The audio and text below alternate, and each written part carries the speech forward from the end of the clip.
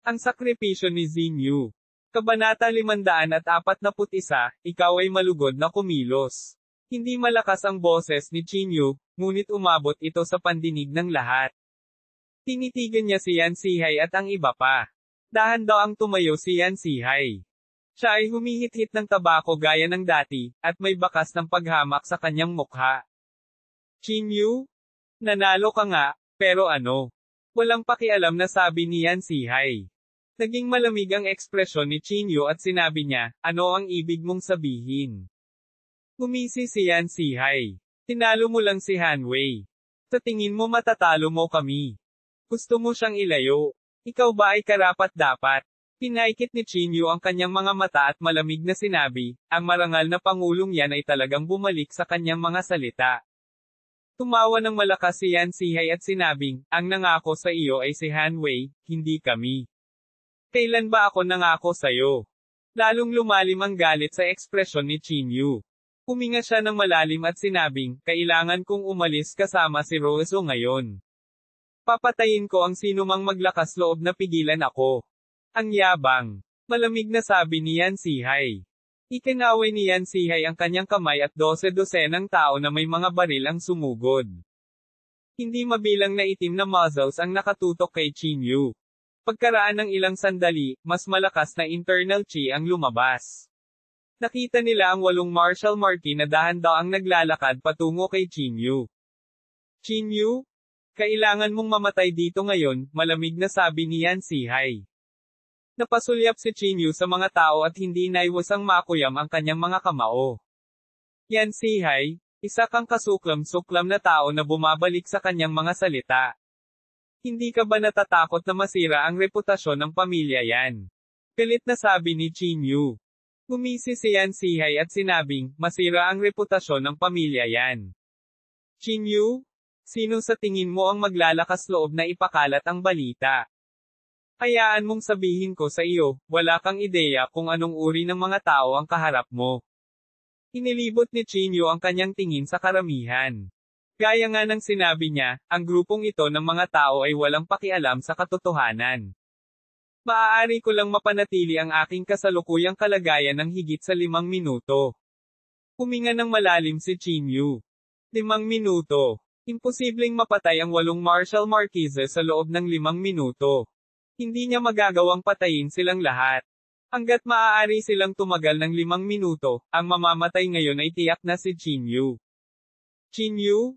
Dapat ka talagang manatili. Sa sandaling ito, 3 pang martial marquises ang lumabas. Ang 3 ito ay nakasuot ng puting damit, at sa kanilang dibdib ay ang logo ng Jingdu Martial Arts Association. Hindi ko inaasahan na darating ang mga tao mula sa Jingdu Martial Arts Association. 11 martial marquises, ito, nakakagulat lang.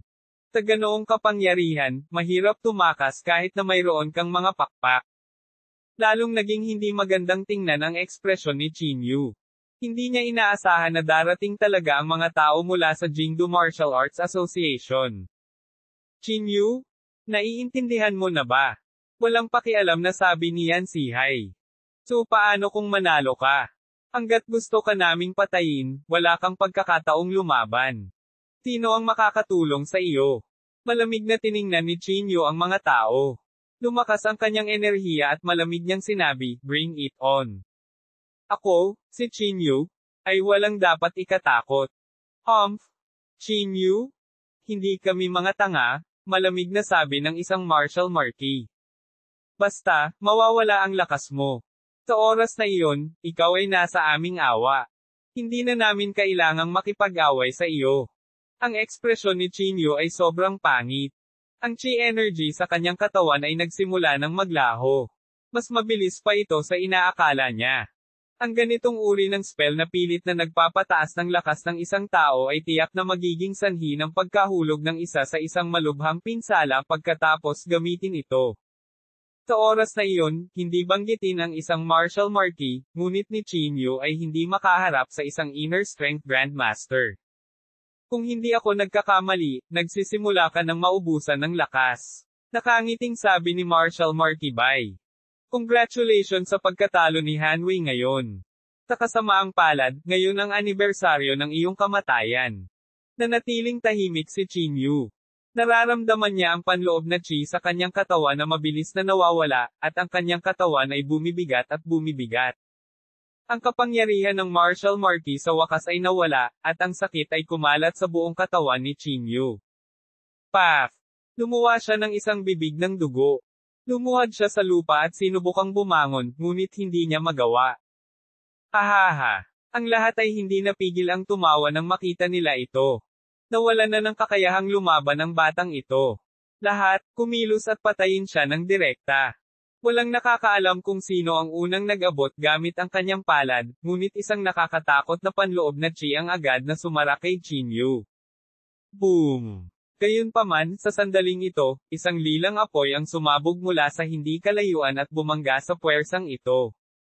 Ang liwanag na dapat ay sumugod patungo sa Qin Yu ay agad na nawala. Sino te? Sigaw ng spellcaster. Kawawa naman talaga kayo. Sa harap ng napakaraming tao, binubuli mo ang mahina at malakas. Hindi mo ba naiisip na nakakahiya? Isang malinaw at malamig na boses ang narinig. Nakita nila ang Pavilion Master na nakatayo sa tabi ni Qin Yu. Ang Pavilion Master ng Divine Alchemist Pavilion. Pinaikit ng mga tao mula sa Jingdu Martial Arts Association ang kanilang mga mata. Ji Yuhong, hindi mo mapoprotektahan si Qin Yu ngayon. Tama na yan. Isang tao ka lang, pero mayroon kaming 11 martial marquises. Hindi nagbago ang ekspresyon ng Pavilion Master habang walang pakialam na sinabi niya, ganun ba? Pagkatapos ay maaari kang pumunta at subukan. Tinapakan ng Pavilion Master ang kanyang paa, at muling kumalat ang isang lilang apoy. Ji Yuhong. Huwag mong gawin ang lahat ng gusto mo dahil lang sa may pumoprotekta sa iyo. May sumigaw. Kung ayaw mong mamatay, magwala ka. Wala kang mababago sa sarili mo. Nanatiling tahimik ang Pavilion Master, ngunit determinado siyang lumaban. Kung ganoon nga, huwag mo kaming sisihin sa pagiging walang awa. Sabay-sabay na naglakad ang 11 martial marquises, at nagsimulang magbanggaan ang kanilang panloob na chi. Ano naman sa akin? Sa sandaling ito, isa pang boses ang tumunog. May nakita silang matandang may puting buhok na dahan-daang lumalabas. Nang makita nila ang matandang ito, bakas ang pagkalito sa mukha ng lahat ng naruroon. Sino ang matandang ito? Bakit hindi ko siya nakita kanina? Hindi ko alam. Mula sa hubog niyang katawan, malamang magsasaka siya, di ba? Bakit lumalabas ang isang magsasaka para makiisa sa saya? Paano siya nakalusot? Habang nag-uusap ang lahat, biglang nagbago ang ekspresyon ng mga martial marquis na ito. Ikaw si Jiang He. Pulalas ng isang tao. Jiang He. Yung Jiang He na kasing sikat ni Ye Qing. Bakit siya lalabas dito? Hindi ba't sinabi nila na siya ay nag-iisa? Jiang wala siyang sinabi. Dahan-dahan siyang naglakad papunta sa gilid ng Pavilion Master. Pagbati, Mr. Jiang. Bahagyang yumoko ang Pavilion Master. Tumanggo si Jiang He bilang ganti. Sa entablado, si Yan Sihai at ang iba ay may pangit na ekspresyon sa kanilang mga mukha. Biglang hinampis ni Yan Sihai ang mesa at tumayo. Tinuro niya si Jiang He at pinagalitan, Jiang He, walang kinalaman sa iyo ang bagay na ito. Mas mabuting huwag kang makialam. Tama na yan. Alam nating lahat na makapangyarihan ka, ngunit hindi ka Ye Qing. Martial artist ka lang. Wala kang mababago. Hindi tulad ni Ye Qing, si Ye Qing ay nakapasok na sa distrito ng militar at may napakalakas na awtoridad. Si Jiang He, sa kabilang banda, ay palaging isang hindi kaakibat na tao. Bagamat makapangyarihan siya, wala siyang koneksyon na mapag-uusapan. Habang nasa likod ang kanyang mga kamay, mahinahong sinabi ni Jiang He, dapat kong alisin ang taong ito ngayon. Kung ang sino man ay hindi gustong tanggapin ito, maaari kang kumilos. Kabanata 542, ang aristocratic families ay galit. Kalmado ang tono ni Jiang He, ngunit puno ito ng pangangibabaw. Ang 2 martial marquises ay humarap sa 11 martial marquises, at saglit, ang sitwasyon ay nasa isang stalemate. Sinasabi ng lahat na si Jiang He ay walang kapantay sa mundo. Sa totoo lang, noon pa man gusto kong lumaban sa iyo. Nanguna si Marshal Markibay at humakbang pasulong. Kinapa niya ang kanyang kamao at walang pakialam na sinabi, Jiang He, dapat mong malaman na marami pa ring hindi alam sa mundong ito. Ikaw ay talagang napakalakas, ngunit hindi ka magagapi. Palaging may mga taong mas magaling kaysa sa iyo. At saka, may mga martial saint sa mundong ito. Ang mga salita ni Marshal Markibay ay nagulat sa lahat. May mga martial saint talaga sa mundong ito. Pagkatapos ng lahat, isang martial saint ay hindi nagpakita ng maraming taon. Tumango si Jiang He at sinabing, tama ka. Hindi ako invincible, at may martial saint talaga sa mundong ito. Gayunpaman, hindi dapat maging problema para sa akin ang pakikitungo sa inyo. Naging malamig ang ekspresyon ni Marshal Markibay habang sumisigaw, nakatungtong ako sa ikatlong ranggo ng Marshal Marki Realm ilang taon na ang nakakaraan. Ngayon, makikita ko kung gaano kakalakas. Pagkatapos niyang magsalita, humakbang pasulong si Marshal Markibay. Hindi mabilang na mga sinag ng liwanag ang natipon sa pagitan ng kanyang mga kamay. Sa sumunod na segundo, malakas na sumigaw si Marshal Markibay. Sumunod siya kay Jiang He nang may lumalakas na kapangyarihan. Inilagay ni Jiang He ang kanyang mga kamay sa kanyang likuran at ang kanyang ekspresyon ay kalmado. Itinaas niya ang kanyang payat na palad, at ang katawan ni Marshal Markibay ay lumipad palabas nang makalapit siya. Isang malaking butas ang lumitaw sa kanyang katawan, at nahulog siya sa lupa nang walang anumang paggalaw. Biglang tumahimik ang venue. Ads by Pop Future. Nakapatay siya ng isang Marshal Marki sa isang sampal. Anong uri ng malakas na lakas iyon? Ang pangit ng ekspresyon ng lahat. Pagkaraan ng napakaraming taon, tila nadagdagan muli ang lakas ni Jiang He. Huwag mag-alala, hindi siya patay, ngunit hindi siya gising sa maikling panahon. Walang pakialam na sabi ni Jiang He habang nasa likod ang mga kamay. Kung may gustong lumipat, hihintayin kita dito. Ibinaling ni Jiang He ang kanyang tingin sa lahat ng naroroon. Ang venue ay ganap na tahimik. Walang nang ahas na magsabi ng kahit isang salita. Jiang He, hindi ka ba masyadong lalayo? Malamig na sabi ni Yan Zihai. Sa tingin mo ba ay walang magagawa sa iyo ang pamilya yan? Sinulyapan ni Jiang He si Yan Zihai at sinabing, maaari mong hilingin sa isang martial saint na patayin ako, ngunit kailangan ko siyang alisin ngayon. Ikaw. Nagnganga ang mga ngipin ni Yan Zihai. Malinaw, walang sino mang naruroon ang makakapigil kay Jiang He. Jiang He hindi na siya nagsalita nang makita niya ang sitwasyon. Yumuko siya at tumingin kay Qin Yu. Medyo malabo na ang kamalayan ni Qin Yu, ngunit kumapit pa rin siya. Mr. Jiang He, pwede mo ba akong tulungan na ilayo si Rozo, nahihirapang sabi ni Qin Yu. Bago pa makasagot si Jiang He, ang mga tao mula sa Jingdu Martial Arts Association ay sumulong at nagsabi, Jiang He, gusto naming ibalik si Yan Rozo sa Jingdu Martial Arts Association. How dare you? Agad na nanlaki ang mga mata ni Qin Yu. Sinubukan niyang bumangon, ngunit nalaman niyang hindi siya makagalaw. Ito ang desisyon ng ating mga nakatataas. Umaasa kami na hindi kami pipigilan ni Ji. Jiang He, patuloy ng mga tao mula sa Jingdu Martial Arts Association. Habang nagsasalita sila, naglabas sila ng isang dokumento. Gaya ng inaasahan, nakasaad sa dokumentong ito na gusto nilang dalhin si Yan Rozo sa Martial Arts Association, ngunit hindi nito tinukoy ang dahilan. Sinulyapan ni Jiang He si Qin Yu at sinabing, ito ang sarili mong bagay. Hindi kita matutulungan. Saglit na natahimik si Qin Yu. Oo. Ito ay kanyang sariling bagay. Malaking pabor na ang pagtulong sa kanya ni Jiang He. Jingdu Martial Arts Association, mas mabuting huwag mo nang subukang gumawa ng kahit ano kay Rozo, sabi ni Qin Yu sa nakanganga na mga ngipin. Kung hindi, talagang sisirain ko kayo. Hindi pinansin ng mga tao ng Jingdu Martial Arts Association si Qin Yu at tumingin lang kay Jiang He. Alagaan mo muna ang iyong sarili, bulong ng Pavilion Master. May gustong sabihin si Qin Yu, ngunit nalaman niyang wala siyang masabi. Nagdilim ng dumilim ang kanyang paningin. Sa wakas, nag-blackout si Qin Yu. Tara na. Tumingin si Jiang He sa Pavilion Master. Tumango ang Pavilion Master. Kinuha ng dalawa si Qin Yu at umalis sa venue sa harap ng lahat. Nang makarating sila sa pinto, biglang huminto ang pavilion master sa kanyang kinatatayuan. Tinulyapan niya si Yan Sihay at sinabing, President Yan, may payo ako sa iyo. Kung titigil ka ngayon, hindi pa huli ang lahat. Kung magpapatuloy ka, mapapahamak ka. Kapag naging mas makapangyarihan si Qin Yu, magkakaroon ng hindi pa nagagawang sakuna para sa pamilya Yan. Malamig na sinabi ni Yan Sihay, huwag kang mag-alala tungkol dito. Gusto kong makita kung paano magdadala ng kapahamakan si Qin Yu sa pamilya Yan.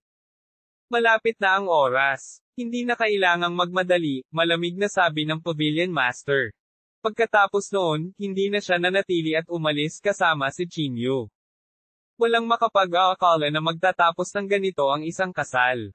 Kahit na hindi nakuha ni Qin Yu si Yan Ruozo, natalo niya ang pamilya Yan sa pagkakataong ito at pinahirapan ang dalawang dakilang pamilya ng kahihiyan. Di man it, ang ekspresyon ni Yan Sihay ay mapula, at ang mga kalamnan sa kanyang mukha ay patuloy na nanginginig. Sa pagkakataong ito, tiyak na mapahiya ang pamilya Yan. Anak, tumakbo si Han Meng sa harap ni Han Wei. Dalhin mo ang anak ko sa ospital. Sigaw niya. Ilang tao ang sumugod bago binuhat si Han Wei at umalis sa lugar. Tumingin si Zia Hang sa venue na nasa harapan niya, at lumalim ang intensyon ng pagpatay sa kanyang mga mata. President Yan, kailangan nating patayin si Qin Yu sa lalong madaling panahon, sabi ni Zia Hang. Kasabay nito, ipapaalam ko rin sa mga nakatataas ng Jingdo Martial Arts Association ang tungkol sa bagay na ito. Pinaliwala ni Yan Sihay ang mga salitang ito at malamig na sinabi, Zia Hang, ito ba ang disipulong inalagaan mo? Ipinaliwanag ni Zia Hang, President Yan, huwag mong maliitin si Qin Yu. Siya. Huwag kang maghanap ng mga dahilan para sa iyong pagkabigo, malamig na sabi ni Yan Sihay. Kinagat ni Zia Hang ang kanyang mga ngipin at sinabing, President Yan, pagkatapos gumaling si Qin Yu, tiyak na babalik siya sa pamilya Yan. Tiyak na hindi siya susuko kay Yan Ruozo. Okay. Malamig na sabi ni Yan Sihay. Gusto kong makita kung paano niya madadala si Yan Ruozo. President Yan, aalisin namin si Miss Yan sa ngayon, lumapit at nagsabi ang ilang martial marquises ng Jingdo Martial Arts Association. Bumantong hininga si Yan Sihay at sinabing, paalisin mo siya para saan? Bakit? Gusto mo ba siyang protektahan? Ito ay isang dokumento mula sa mga nakatataas. Kami ay responsable lamang sa pagsasakatuparan nito. Sana maintindihan nyo, sabi ng iilang tao. Bagamat medyo malungkot si Yan Sihay, wala siyang sinabi. Kinawi niya ang kanyang kamay at hindi na nagsalita pa. Sa kabilang panig, ang pavilion master at Jiang He ay umalis sa Jingdo kasama si Qin Yu. Habang nasa daan, sinabi ng pavilion master sa malalim na boses, kapag nagising si Qin Yu, tiyak na pupunta siya sa pamilya Yan para hingin siya. Tinulyapan ni Jiang He ang pavilion master at sinabing dahan-dahan, sa totoo lang, hindi na kailangang mag-alala. Ikaw at ako ay nakakita ng pagganap ni Qin Yu ngayon. Gumamit siya ng isang lihim na pamamaraan upang puwersahang makapasok sa kaharian ng Martial Marquis. Walang makakapidyaw sa kanya. Kung talagang pumasok siya sa kaharian ng Martial Marquis, sino ang makakapidyaw sa kanya noon? Maging ang pamilya Yan ay kailangang mag-isip ng 2 beses. Kabanata 543, si Yan Ruozo ay inalis. Ang opinyon ng pavilion master ay pareho kay Jiang He. Matapos ang puwersahang pagpasok ni Qin Yu sa Martial Marquis Realm, muntik na niyang durugan si Han Wei. At si Han Wei ay hindi lamang nagtataglay ng mga diskarte sa paglilinang ng pamilyang Han, ngunit nagtataglay din ng pamana ng Jingdo Martial Arts Association. Kahit na sa ilalim ng ganoong kanais-nais na mga kondisyon, natalo pa rin siya ni Qin Yu, kaya ang isang ordinaryong Martial Marquis ay hindi magiging banta kay Qin Yu. Sabay na bumalik ang dalawa sa Divine Alchemist Pavilion. Ang pilit na pagtaas ng lakas ni Qin Yu ay nagdulot ng napakaseryosong kahihinatnan. Ang kaunting kawalang ingat ay maaaring makaapekto sa kanyang pundasyon. Sa makatuwid, nitong mga nakaraang araw, ginugol ng pavilion master ang halos lahat ng oras niya sa pag-aalaga kay Qin Yu para mabawasan ang epekto. Sa sandaling ito, si Jingdo ay nagkakagulo. Halos lahat ay tinatalakay ang labanan sa pagitan nina Qin Yu at Han Wei. Bilang young master ng Han family, natural na sikat si Han Wei. Ang kanyang pagkabigo ay ginawa siyang katatawanan sa pagkakataong ito. Sa hinaharap, kung gusto kong talunin si Qingyu, natatakot ako na makakaasa lang ako sa aking kaharian. Si Zhuang Teng at ang iba ay bumaantong hininga sa kanilang sarili. Bilang mga inapo ng mga maharlikang pamilya, hindi nila naisip na mas malakas sila kaysa kay Han Wei. Siyempre, may ilang mga pagbubukod. Halimbawa, ang anak ni Yan Zihai, si Yan Jinyao. Siya ay kinilala sa publiko bilang numero 1 henyo, ngunit hindi pa siya nakagawa ng hakbang. Walang nakakaalam ng tunay niyang lakas. Ang power dynamic ni Jingdo ay komplikado. Walang nakakaalam kung gaano karaming mga mababangki na inapo ng mga aristokratikong pamilya ang nakatago sa mga anino. Jingdo, Pamilyang Han. Nanatili si Han Meng sa tabi ni Han Wei na inaalagaan siya araw-araw. Espesyal siyang kumuha ng profesional na nursing team mula sa ibang bansa para alagaan si Han Wei. Habang tinitingnan niya si Han Wei na nakahiga sa kama na may malubhang pinsala, ang ekspresyon ni Han Meng ay sobrang madilim. Qingyu, lubos mo akong ginalit. Malamig na sabi ni Han Meng. Kung ang pamilyang Han ay lalabas ng todo, walang nakakaalam kung gaano kalakas ang kanilang magagawa. Ngunit ang lahat ay naghihintay sa aksyon ng pamilyang Han. Pamilya yan. Si Yan Zihai ay nakaupo sa study at ang kanyang ekspresyon ay napakalamig. Sa oras na ito, pumasok ang military advisor ni Yan Zihai mula sa labas ng pinto. Nag-imbestiga ka na ba ng maigi? Tinulyapan ni Yan Zihai ang tagapayo ng militar at sinabi. Yumuko ang military advisor at sinabing, mukhang napakalihim ng Yejingdo Martial Arts Association tungkol sa usapin ni Miss Yan. Kung gusto mong mag-imbestiga ng maigi, natatakot ako na kailangan mong personal na kumilos. Bahagyang kumunat ang noo ni Yan Zihai. Biglang inalis ng Jingdo Martial Arts Association si Yan Rozo, kaya naguluhan siya. Kailangang malaman ng isa na bago ito, si Yan Rozo at ang Jingdo Martial Arts Association ay walang malalim na relasyon. Kakaiba. Hinawakan ni Yan Zihai ang kanyang baba. President Yan, sa tingin ko ang dapat nating pagtuunan ng pansin ngayon ay ang Qingyu, paalala ng tagapayo ng militar. Ngayon, sinasabi ng labas ng mundo na kung hindi mamatay si Qingyu, tiyak na malalampasan niya ang lahat ng pangunahing aristokratikong pamilya sa hinaharap, tulad ng ginawa ni Ye Qing noon. Baka malampasan pa niya si Ye Qing, sabi ng military counselor sa malalim na boses. Bahagyang bumantong hininga si Yan Zihai at sinabing, naabot ni Ye Qing ang kanyang kasalukuyang katayuan dahil lamang sa kapaligiran. Kung hindi, magiging martial artist lang siya. Ang tagapayo ng militar ay hindi nagkomento tungkol dito, ngunit siya ay medyo nag-aalala pa rin. President Yan, naisip mo na ba na si Qingyu ay maaaring hindi magagapi sa martial marquee realm? Paano kung pumasok siya sa maalamat na martial saint realm? Tanong ng military counselor sa malalim na boses. Tinulyapan ni Yan Zihai ang tagapayo ng militar at bahagyang ngumuso, imposible. Ilang taon na ba mula nang lumitaw ang isang martial saint? Napabuntong hininga ang military advisor. Mahirap talaga, pero hindi imposible.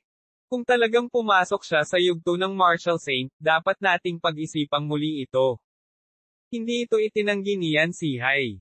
Kung talagang lumitaw ang isang martial saint, hindi siya magiging isang tao na maaaring harapin ng iba't ibang mga aristokratikong pamilya. Sa oras na iyon, malamang na ang mga upper echelon ng buong bansa ay magbibigay kay Qingyu ng berdeng ilaw. Huwag kang mag-alala, ang mga napinsala sa oras na ito ay hindi kami, kundi ang pamilyang Han. Sabi ni Yan Zihai habang nagsisindi ng tabako. Malapit nang gumawa ng malaking hakbang si Han Meng, kaya maghintay at tingnan lang. Bahagyang tumango ang military advisor at sinabing, maaari naming ipaalam sa Saint Confucian Sect at bigyan si Gu Kanghai ng pagkakataon na tugisin si Qingyu. Saglit na nag-isip si Yan Zihai at sinabing, halika, ayusin mo na. Oo, Mr. Yan. Tuldok. Sa isang kisap mata, 3 araw na ang lumipas. Si Qingyu ay nasa koma pa rin at hindi nagpakita ng anumang senyales ng paggising. Ngunit nitong ilang araw, ang buong martial arts forum ay napakasigla. Bagamat sinubukan ng pamilyang Han at ng pamilyang Yan ang kanilang makakaya upang sugpuin ang balita, sa huli, hindi ito maaaring itago. Hindi lamang sila nabigo na sugpuin ang balita, ngunit marami pang ang mga video na kumakalat. Nang makitang binugbog si Han Wei, hindi maiwasang mabigla ang mga tao sa martial arts forum. Kaya si Han Wei ay tila nakakatakot, ngunit siya ay talagang walang silbi. Kalokohan *T. Minsan na akong nakaaway ni Han Wei. Ang kanyang lakas ay wala sa mundong ito. Talagang isa siya sa pinakamagaling kahit sa Jingdo. Tama na yan. Hindi mabilang na mga henyo sa Jingdo ang natalo ni Han Wei. Ang katotohanang natalo siya sa pagkakataong ito ay nangangahulugan lamang na mas malakas si Qin Yu. Ilang taon na ba mula nang lumitaw ang isang tulad ni Qin Yu? Isang ordinaryong tao na nagmula sa Jiangcheng ang bumugbog kay Han Wei ngayon. Ito ay hindi maisip. Mula ngayon, si Qin Yu ang aking idolo. Sa loob ng ilang panahon, itinuturing ng maraming kabataang martial artist sa martial arts forum si Qin Yu bilang isang Diyos. Lalo na iyong mga martial artist na walang malakas na background. Tiningnan ni Han Meng ang balita sa martial arts forum at ang kanyang ekspresyon ay hindi maiwasang maging sobrang malungkot. Qin Yu, pinahiya mo ang pamilyahan. Sabi ni Han Meng sa nagngangalit ng ngipin. President Han, nandito na ang master. Sa sandaling ito, may biglang bumangga. Nang marinig niya ito, hindi maiwasang magbago ang ekspresyon ni Han Meng. Babangon na sana siya nang makita niyang pumasok mula sa labas ng pinto ang isang matandang nasa 80 anyos. Ang matandang ito ay walang iba kundi ang tunay na patriarch ng pamilyang Han, si Han Chongming. Maraming tao ang sumusunod sa kanya, at isa sa kanila ay ang biological na kapatid ni Han Meng, si Han Shu. Dad, bakit ka nandito? Nagmamadaling tumayo si Han Meng at bumulong. Malamig na sinulyapan ni Han Chongming si Han Shu at itinaas ang kanyang kamay para sampilan siya. Ang sampal na ito ay nagpanting sa tenga ni Han Meng. Tinakpan niya ang mukha niya pero wala siyang lakas ng loob na magsalita. Ang isang malaking walang kabuluhan ay nagsilang ng isang maliit na walang kabuluhan, malamig na sabi ni Han Chongming. Sinulyapan niya si Han Wei, na nakahiga sa kama at koma, at malamig na sinabi, 2 piraso ng basura. Ganap ninyong ikinahihiya ang pamilyahan. Tatay, ako. Hahawakan ko ng maayos ang bagay na ito sa lalong madaling panahon, nagmamadaling sabi ni Han Meng. Gumisi si Han Shu at sinabing, hindi mo kailangang pangasiwaan ang bagay na ito. Ipaubaya mo na sa akin. Agad namang nabalisa si Han Meng nang marinig iyon. Noon pa man ay mas gusto ni Old Master Han si Han Shu at palaging minamaliit si Han Meng. Kung ang bagay na ito ay ipaubaya kay Han Shu upang harapin, kung gayon ang posisyon ni Han Meng sa pamilyang Han ay babagsak sa hinaharap. Hindi lang iyon, pati ang sarili niyang anak ay madadamay. Pare, magtiwala ka sa akin. Haharapin ko ang bagay na ito sa lalong madaling panahon. Nag-aalalang sabi ni Han Meng. Malamig na tiningnan ni Han Chongming si Han Meng at sinabing, alam mo ba kung ano ang iyong pinakamalaking halaga? Si Han Meng, hindi alam kung ano ang sasabihin, ibinuka ang kanyang bibig. Malamig na bumaantong hininga si Han Chongming at sinabing, ang pinakamalaking halaga mo at ng iyong anak ay ang magtatag ng isang alyansa ng mag-asawa sa pamilya yan sa pamamagitan ng panganay na anak na babae ng pamilya yan. Sa huli, magulo ang kasal, at pinahiya mo pa ang pamilyahan. Napakapangit ng ekspresyon ni Han Meng. Kinagat niya ang kanyang mga ngipin at sinabi sa mahinang boses, Tay, bigyan mo ako ng ilang araw. Ako na talaga ang bahala sa dalawang bagay na ito. Ginagarantiya ko na ang pamilya yan ay hindi sisira sa pakikipag-ugnayan, at si Qin Yu ay tiyak na mamamatay.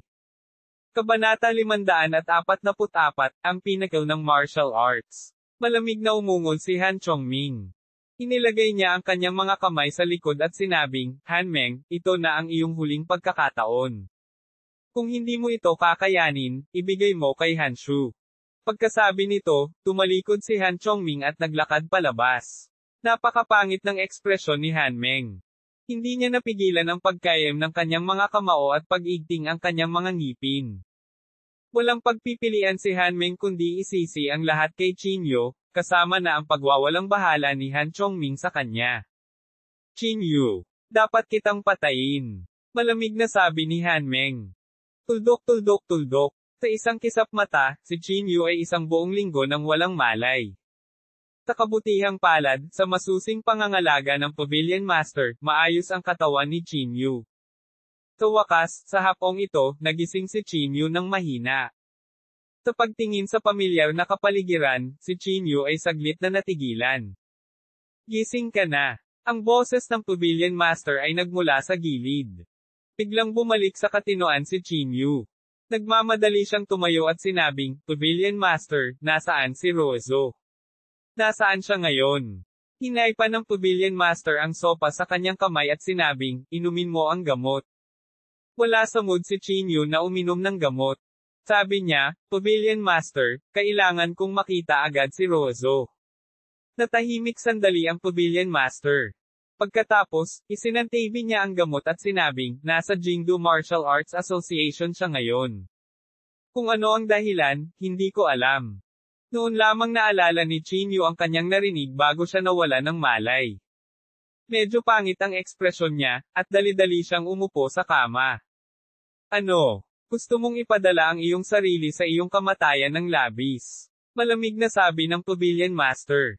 Kinagat ni Qin Yu ang kanyang mga ngipin at sinabing, kahit mamatay ako, hindi ako pwedeng umupo na lang at walang gagawin. Mas mabuting alagaan mo muna ang iyong sarili, malamig na sabi ng Pavilion Master. Si Yan Rozo ay ang panganay na anak na babae ng pamilya yan. Mas maganda ang kalagayan niya kaysa sa iyo. Ang dapat mong ikabahala ngayon ay kung paano haharapin ang galit ng pamilyahan at ng pamilya yan. Saglit na natahimik si Qin Yu. Kahit na iyon ang kaso, imposibleng hindi mag-alala. Huwag kang mag-alala. Magpapadala ako ng isang tao sa Jingdu Martial Arts Association para mangalap ng impormasyon, sabi ng Pavilion Master. Napabuntong hininga si Qin Yu at tumango. Okay? Kung gayon, guguluhin kita, Pavilion Master. Bagamat labis na nababalisa si Qin Yu, alam din niya na mapanganib ang Jingdu Martial Arts Association. Sa sariling kakayahan, imposibleng maaga niya ito. Kung hindi dahil sa labanan nila ni Han Wei, matagal na siyang namatay. Tanging ang pamilyang yan at ang pamilyang Han lamang ang sapat na makapangyarihan upang kitilin ang kanyang buhay. Umupo si Qin Yu mula sa kama. Ginalaw niya ang kanyang katawan. Maliban sa medyo nanigas, hindi siya nakaramdam ng hindi komportable. Tara na, sumunod ka sa akin. Naghihintay pa rin sa iyo si matandang Mr. Jiang, sabi ng Pavilion Master. Jiang siya. Naalala siya ni Qin Yu. Kung hindi siya gumawa ng hakbang, ang sitwasyon ay magiging lubhang kakilakilabot para sa kanya. Sumunod si Qin Yu sa likod ng Pavilion Master at naglakad patungo sa likod ng bundok ng Divine Alchemist Pavilion. Sa sandaling ito, si Jiang He ay nakaupo sa likod ng bundok na nakapikit. Sa panahong ito, halos lahat ng oras niya ay ginugol ni Jiang He sa likod ng bundok. Matandang Mr. Jiang. Ang boses ng Pavilion Master ay nagmula sa likuran. Dahan daw ang ibinaling ni Jiang He ang kanyang ulo. Umiling siya at pabirong sinabi, Pavilion Master, halos magkasing edad lang kayo. Hindi nararapat na tawagin akong matandang Mr. Jiang. Ngumiti lang si Ji Yuhong at hindi umimik.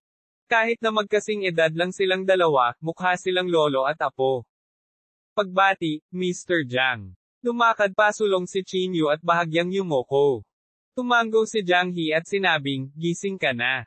Umupo ka na. Naglakad si Qin Yu sa tapat ng Jiang He at umupo. Salamat, Mr. Jiang, sa iyong tulong. Yumuko si Qin Yu at sinabi. Hindi ito pinansin ni Jiang He at nagtanong, ano ang susunod mong plano? Bahagyang sumimangot si Qin Yu at malamig na sinabi, gusto kong ilayo si Yan Rozo. Kasalukuyan siyang nakakulong sa Jingdu Martial Arts Association. Paano kung hindi mo siya maaga? Patuloy na tanong ni Jiang He. Walang itinago si Qin Yu at malamig na sinabi, kung gayon, sisirain ko ang Jingdu Martial Arts Association. Nang marinig ito, hindi napigilan ni Jiang He na haplasan ang kanyang balbas at tumawa. Noon, katulad mo rin ako. Ako ay nagmula sa isang mababang background, ngunit ang aking ambisyon ay mataas. Akala ko mababago ko ang lahat, dahan-dahang sabi ni Jiang He. Jingdo Martial Arts Association. Jingdo aristokratikong pamilya. Sa paningin ko, hindi man lang sila karapat-dapat na banggitin. Bahagyang kumunat ang noo ni Chinyu. Medyo nalilito niyang sabi, Mr. Jiang, baka may sama ka rin sa Jingdo Martial Arts Association. Tinulyapan ni Jiang He si Chinyu at sinabing, hindi lang ito sama ng loob. Nakapatay ako ng hindi bababa sa 10 martial marquises ng Jingdo Martial Arts Association. Noon, gusto ko ring tanggalin ang Jingdo Martial Arts Association. Tapos, kung gayon bakit ka nag-iisa mamaya? Si Chinyu ay labis na naguluhan dito. Si Jiang siya ang sinasabing pinakamalakas na tao sa Pyro. Sa kanyang mga kakayahan, dapat man lang niyang pilitin ang Jingdo Martial Arts Association na aminin ang pagkatalo, di ba? Itinaas ni Jiang He ang kanyang ulo at tumingin sa malayo, na para bang inaalala niya ang nakaraan. Pagkaraan ng ilang sandali, tahimik niyang sinabi, sa kalaunan, natanto ko na wala na akong mababago. Nagbago ang ekspresyon ng mukha ni Chinyu, at nagmamadali siyang nagsabi, hindi kaya kahit na ikaw ay walang magawa sa Jingdo Martial Arts Association. Oo. Jiang wala siyang tinatago. Sa mas malalim na pakikilahok mo, mas alam mo kung gaano kakilakilabot ang Jingdo Martial Arts Association, at mas naiintindihan mo kung gaano kalakas ang Jingdo. Kaya, sa huli, pinili kong tumakas at manirahan sa pag-iisa. Ang ekspresyon ni Chinyu ay medyo hindi magandang tingnan, at siya ay naguguluhan sa loob. Bakit kahit si Jiang He ay walang kapangyarihan laban sa kanila? Huwag maliitin ang kapangyarihan ng mga maharlikang pamilya ni Jingdo, at huwag maliitin ang pundasyon ng Jingdo Martial Arts Association, sabi ni Jiang He. Maraming taon na silang itinatag at naging pinakamataas na awtoridad sa puso ng mga martial artist. Itinuturing ng lahat ang pagpasok sa Martial Arts Association bilang isang karangalan. Ito rin ang dahilan kung bakit nagtatrabaho ang mga pinakatanyag na henyo sa mundo para sa Jingdo Martial Arts Association. Sa puntong ito, tumango ang Pavilion Master sa tabi niya at sinabing, Mr. Tama si Jiang. Ang Jingdo Martial Arts Association ay mas makapangyarihan kaysa sa may isip mo. Bukod sa cultivation resources na makikita mo, mayroon din silang napakatibay na pundasyon. Walang sinabi si Chinyu at nakinig lang sa kanila. Chinyu? Hayaan mong tanungin kita, sa iyong impresyon, ano ang pinakamakapangyarihang kaharian? Tanong ni Jiang He.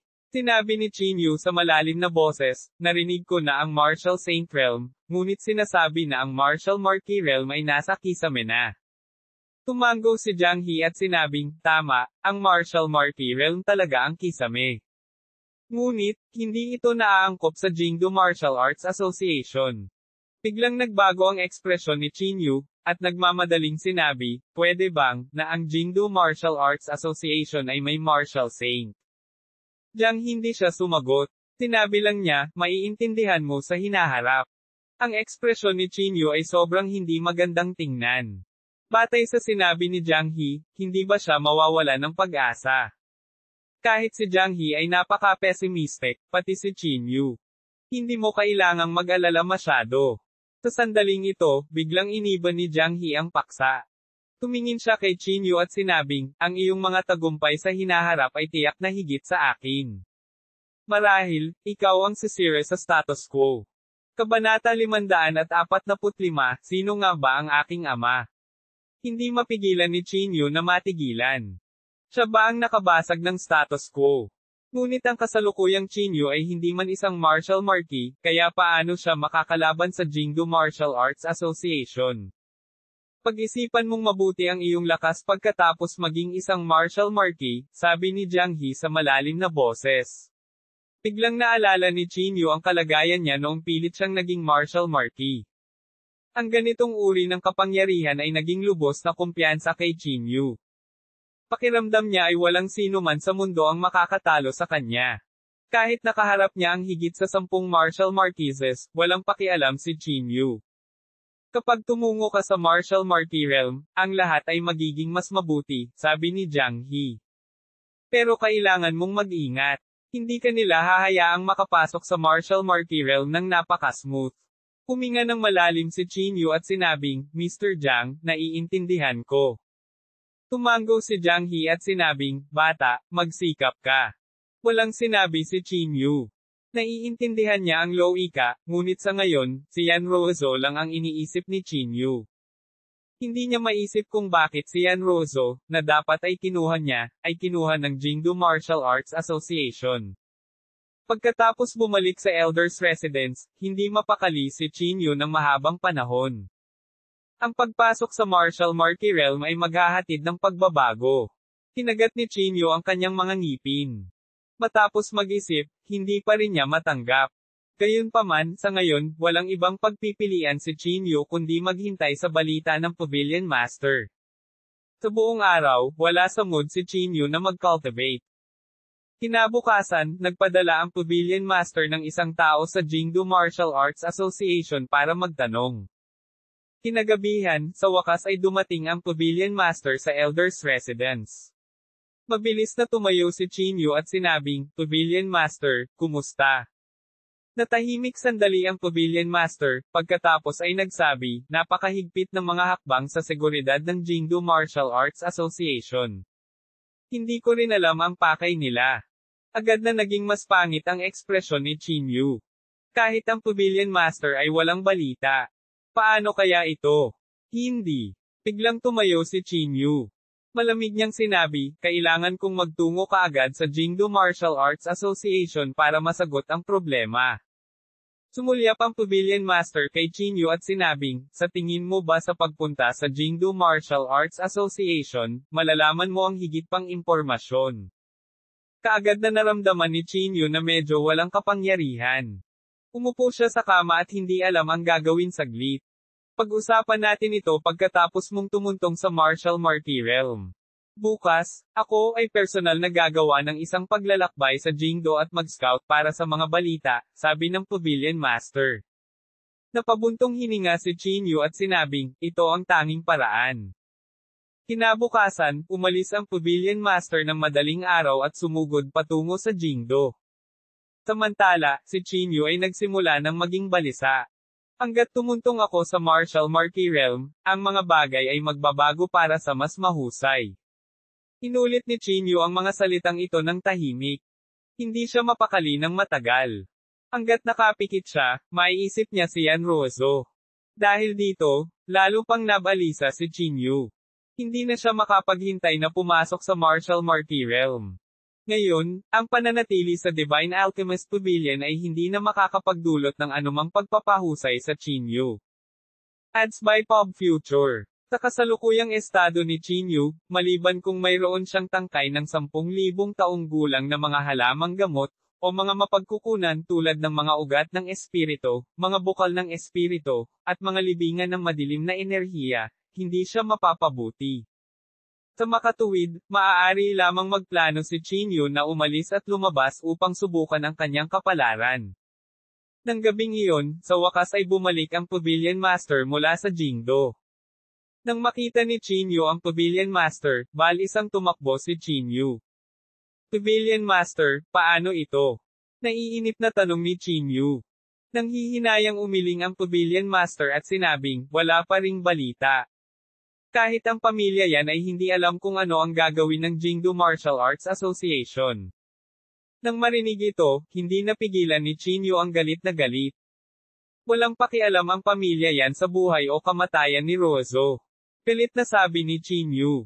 Ginamit ni Yan Sihai si Ruozo bilang kasangkapan, at si Yan Yongxiu ay duwag din. Bakit nila pakialam kung ano ang gagawin ng Jingdo Martial Arts Association? Nang makita ang unhinged na anyo ni Qingyu, hindi alam ng Pavilion Master kung ano ang gagawin sandali. F*6, dahil hindi mo malalaman, pupunta ako ng personal sa Jingdo Martial Arts Association. Malamig na sabi ni Qingyu. Hindi ba nila ako gustong hulihin? Pagkatapos ay hahayaan ko silang mahuli ako. Sa oras na iyon, hindi ako naniniwala na hindi ko malalaman. Qingyu, huwag magmadali. Kumunat ang noo ng Pavilion Master.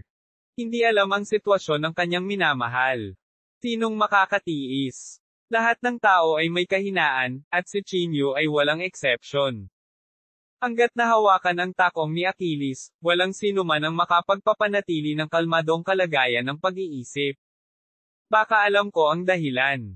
Maya-maya lang ay may biglang pumasok mula sa labas. Ang taong ito ay walang iba kundi si Old Mr. Yan. Nang makita si Old Mr. Yan, naramdaman ni Chinyu na parang nakita niya ang kanyang pamilya.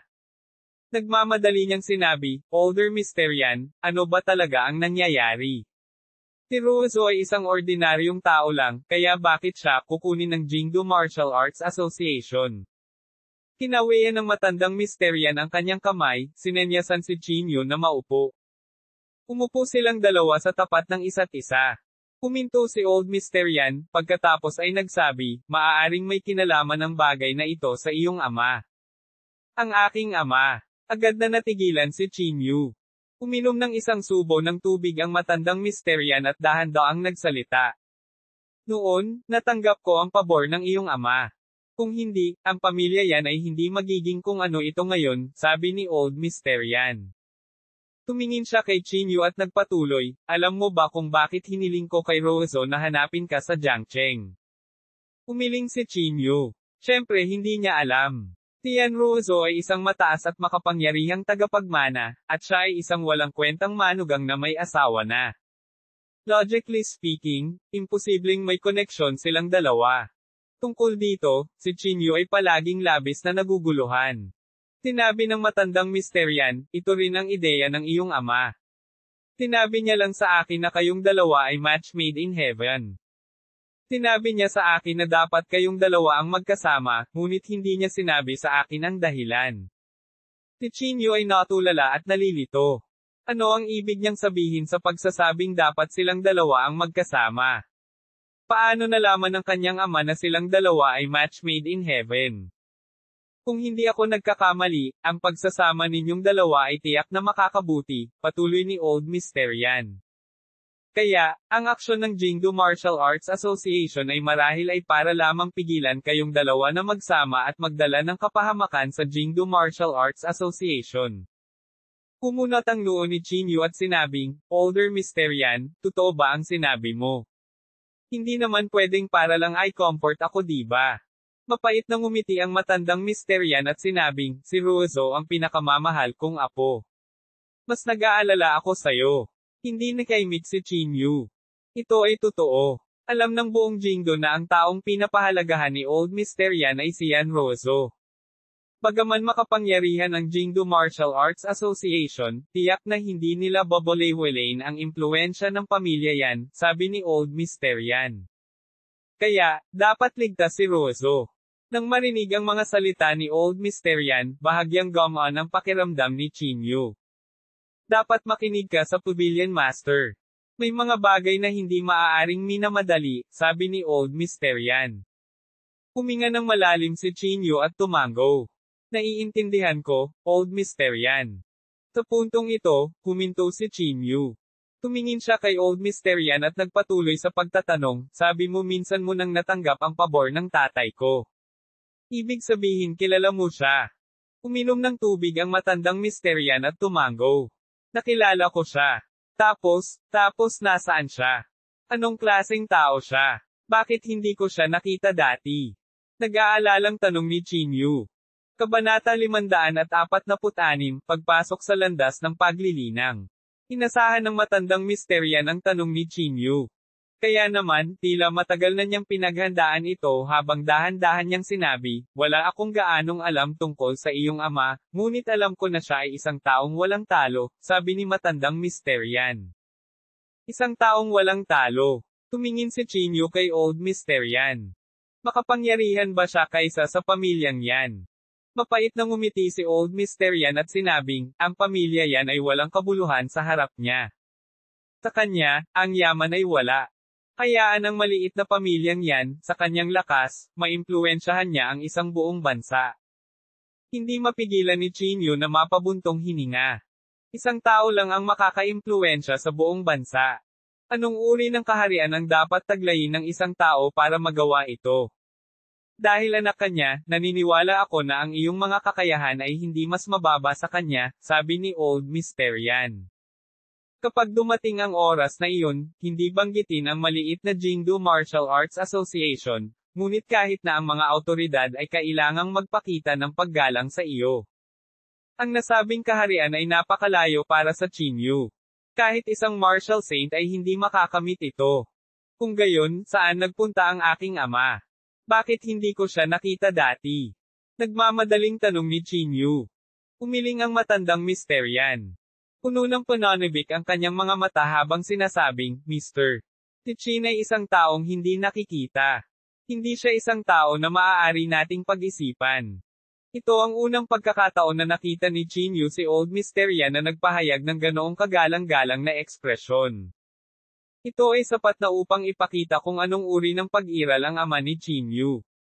Natahimik sandali si Chinyu. Tumingin siya kay Old Mysterian at sinabing, ibig sabihin ay may natuklasan ng Jingdo Martial Arts Association. Tama iyan. Tumango si Old Mysterian. Chinyu?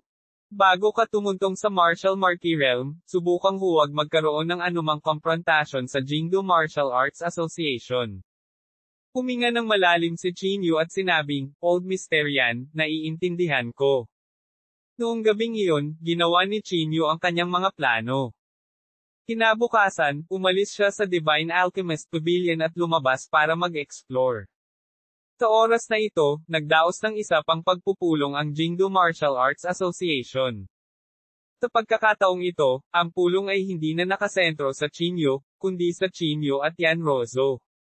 4 lang ang tao sa malaking meeting room, kasama si Zia Hang. Gayunpaman, mayroong higit sa 4 na tao ang nakikilahok sa pulong. Nagtago sila sa mga anino, at tanging boses lamang nila ang naririnig. Pagkatapos ng aming pagsisiyasat, ang lahat ay tulad ng naisip namin.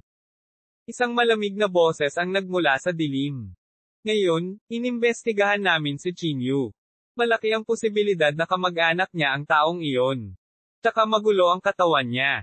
Isa pang boses ang lumabas.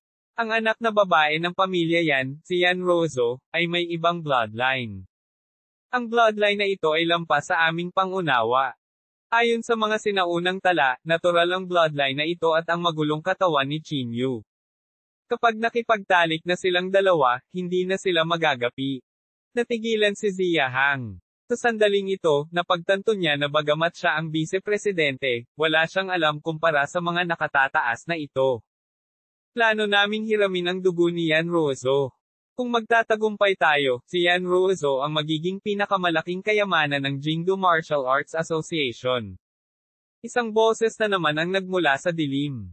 Nagmamadaling tumayo si Zia Hang at nag-aalalang sinabi, pero, si Yanrozo ang panganay na anak ng pamilya Yan. Papayag ba ang pamilya Yan na i-detain natin siya ng walang dahilan? Sandaling natahimik ang lahat at pagkatapos ay nagsabi, pumunta at sabihin kay Yan Sihay na titiyakin namin ang kaligtasan ni Yanrozo at magbibigay ng ilang benepisyo sa pamilya Yan. Kung hindi papatay si Yan Yunheng, baka mas magulo pa. Si Yan Sihay naman, di bale. Mabibigyan lang natin siya ng mga benepisyo para masiyahan siya. Hindi na nagsalita pa si Zia Hang. Kung gayon, paano ang tungkol kay Chinyu? Biglang may naisip si Zia Hang. Sa dilim, ang ilan ay dumura, patayin siya. Nang marinig iyon, sa wakas ay nakahinga ng maluwag si Zia Hang. Walang inaasahan na ang labanan sa pagitan ni Chinyu at Han Wei ay talagang magdudulot ng napakaraming problema. Hindi lamang iyon, ngunit ang sitwasyon sa Jingdo ay tila tahimik ding nagbabago. Marami sa mga nakatagong powerhouse sa Pyro ay dahan-dahan ding umuusbong. Tuldok tuldok tuldok tuldok tuldok. Kinabukasan, nagpaalam si Chinyu sa Pavilion Master at umalis sa Divine Alchemist Pavilion. Lumipad siya patungo sa Hilagang Kanluran. Naglakad siya sa daan upang palamigan ang kanyang kalagayan sa pag-iisip. Hindi nagtagal pagkatapos umalis si Chinyu sa Divine Alchemist Pavilion, natanggap ni Gukanghai ang balita. Pagkababa niya ng phone niya ay biglang naging malamig ang ekspresyon niya. Mula ngayon, pansamantalang ibibigay ang Saint Confucian Sect kay Deng Sheng para pamahalaan, malamig na sabi ni Gukanghai. Sect Master, saan ka pupunta?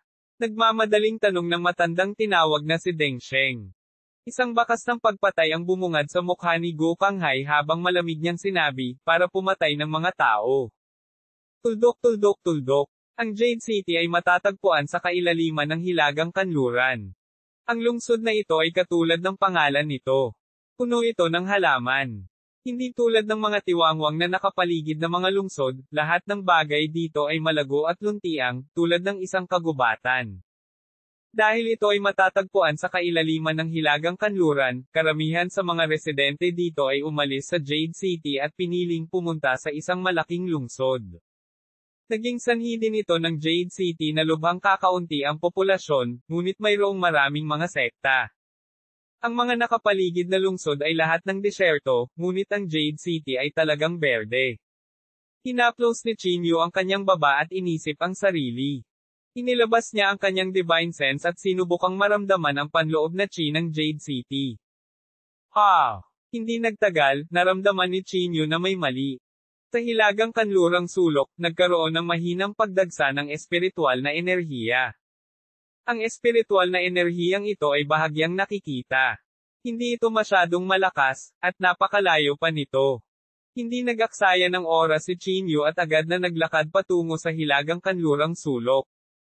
Sa Hilagang Kanlurang sulok, nakita ni Chinyu ang isang malaking bato na parang gate ng lungsod. Malapit sa gate ng lungsod, may ilang itim na sasakyan na nakaparada sa malapit. Tumingala si Chinyu sa malaking bato at nakita ang ilang malalaking salita na nakasulat dito, Beaufort Tower. Anong masamang pangalan yan? Hindi mapigilan ni Chinyu na matawa. Sinubukan niyang maramdaman ang espiritual na enerhiya at sigurado, ang mga patak ng espiritual na enerhiya ay nagmula sa Beaufort Tower. Saglit na nag-isip si Chinyu at saka naglakad papasok ng may malalaking hakbang. Sa Beaufort Tower, mayroong isang malawak na lugar ng lupain na napapaligiran, at ito ay katumbas ng manor ng isang ordinaryong mayamang pamilya. Tinundan ni Chinyu ang mga patak ng espiritual na enerhiya at lumakad sa isang tiyak na direksyon. Hindi nagtagal, nakita ni Chinyu ang isang malaking lawa sa kanyang harapan. Yumuko si Chinyu at sumalok ng isang dakot ng tubig. May kakaibang lasa ang tubig. Mayroong espiritual na enerhiya sa lawa, ngunit ang lasa ay medyo kakaiba. Iba ito sa Water Dragon Cave, sabi ni Chinyu sa malalim na boses. Ang pakiramdam na ito, para bang ang espiritual na enerhiya ay natunaw ng hindi mabilang na beses. Kinuha ni Chinyu ang isang malaking bato at itinapon ito sa lawa. Sinubukan niyang uminom ng isa pang subo ng tubig sa lawa, ngunit nakita niyang iba na ang lasa sa pagkakataong ito. Kung ikukumpara sa unang tasa ng tubig, ang espiritual na enerhiya sa tubig ng lawa ay tila medyo mas siksik sa pagkakataong ito. Kakaiba. Si Chinyu ay medyo naguluhan saglit. Pinagmasdan niya ang paligid at nakita niyang may maliit na pasukan sa hangganan ng lawa. Ang tubig sa lawa ay tila umaagos mula sa maliit na pasukan na ito. Kabanata 547, Impostor. Talagang may sekreto dito, sabi ni Chinyu na may pagtataka. Pagkatapos ng ilang araw na paglalakad, sa wakas ay nakahanap si Chinyu ng isang lugar na may espiritual na enerhiya. Kaya naman, nagmamadali siyang naglakad patungo sa puwang. Sino ka? Sinong nagsabing nandito ka? Sa sandaling ito, isang mahigpit na sigaw ang nagmula sa likuran ni Chinyu. Lumingon siya at nakita niya ang dalawang lalaking nakatingin sa kanya. Inilabas ni Chinyu ang kanyang panloob na chi at napagtanto na ang dalawang taong ito ay talagang dalawang Inner Strength Grandmaster. May mga Inner Strength Grandmaster talaga dito. Hindi maiwasan ni Chinyu na medyo nagulat. Sabihin mo sa akin, sino ka? Sinong nagpapasok sa'yo? Sigaw ulit ng dalawang lalaki. Ang panloob na chi sa kanilang mga katawan ay sumabog, at ang kanilang mga mukha ay napuno ng lamig. May balak silang umatake. Ikinulong ni Chinyu ang kanyang mga kamay at magalang na sinabi, ang pangalan ko ay Chinyu. I'm sorry for barging in. Naakit ako sa lawa na ito. Chinyu. Nang marinig ang pangalang ito, agad silang natigilan. Nagkatinginan sila, at pagkatapos ay nagmamadaling nagtanong, ikaw ba ang Chinyu na nanakit kay Hanwei? Hindi maiwasan ni Chinyu na medyo nagulat. Ilang araw na lang, pero nakarating na sa lugar na ito ang balita nito. Mga ad ng Pop Future. Tama, ako ito. Tumango si Chinyu at sinabi. Agad namang nagbago ang ugali nilang dalawa at magalang na nagsabing, napakarami na naming narinig tungkol sa iyo. Hindi namin inaasahan na makikita ka ng personal ngayon. Mr. Chin, ikaw ang aming idolo. Hindi ka natatakot sa mga makapangyarihang tao at napakatapang mo. Noon pa man ay gusto ka naming sundan. Hindi mapigilan ni Chinyu na makaramdam ng kaunting kahihiyan. Magalang niyang sinabi, nambobola kayong dalawa sa akin.